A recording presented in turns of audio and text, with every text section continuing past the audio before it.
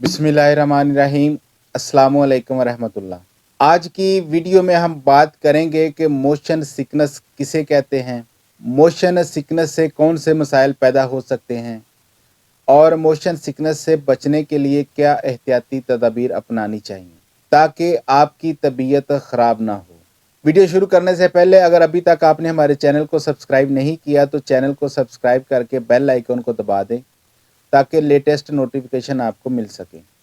सफ़र करते हुए सर चकराना या उल्टी आना को मोशन सिकनेस कहा जाता है, लेकिन बाज़ औक़ात तबीयत इससे कहीं ज़्यादा ख़राब हो जाती है, जिससे रंग पीला पड़ जाना, पसीने आते हैं, सांस लेने में तकलीफ़ हो सकती है, गनूदगी छा सकती है, अच्छा महसूस ना करना, ये सब अलामात मोशन सिकनेस की वजह से हो सकती हैं। अब बात करते हैं कि मोशन सिकनेस की वजह क्या होती है। मोशन सिकनेस की वजह दौरान सफ़र कान के अंदरूनी हिस्से में तवाज़न का कायम ना रहना होता है। कान हमारे जिस्म का बैलेंस बरकरार रखते हैं। सफ़र के दौरान हमारी आंखों के सामने बड़ी तेज़ी से मंजर तब्दील हो रहा होता है, लेकिन कान से ये सिग्नल जा रहा होता है कि हम बिल्कुल साकिन हैं।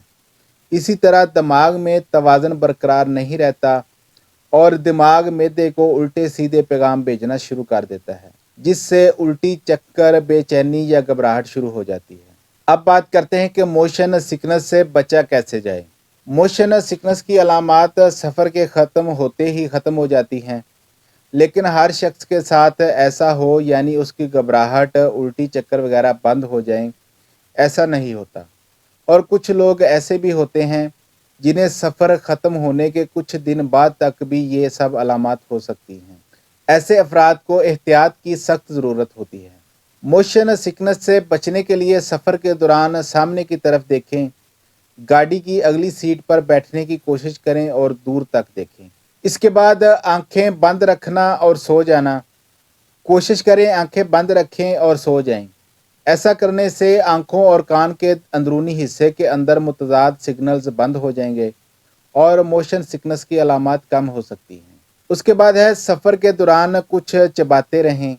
चबाने के लिए बेहतरीन ऑप्शन च्युइंगम है, और अगर आपको च्युइंगम पसंद नहीं तो आप कोई स्नैक्स वगैरह भी चबा सकते हैं।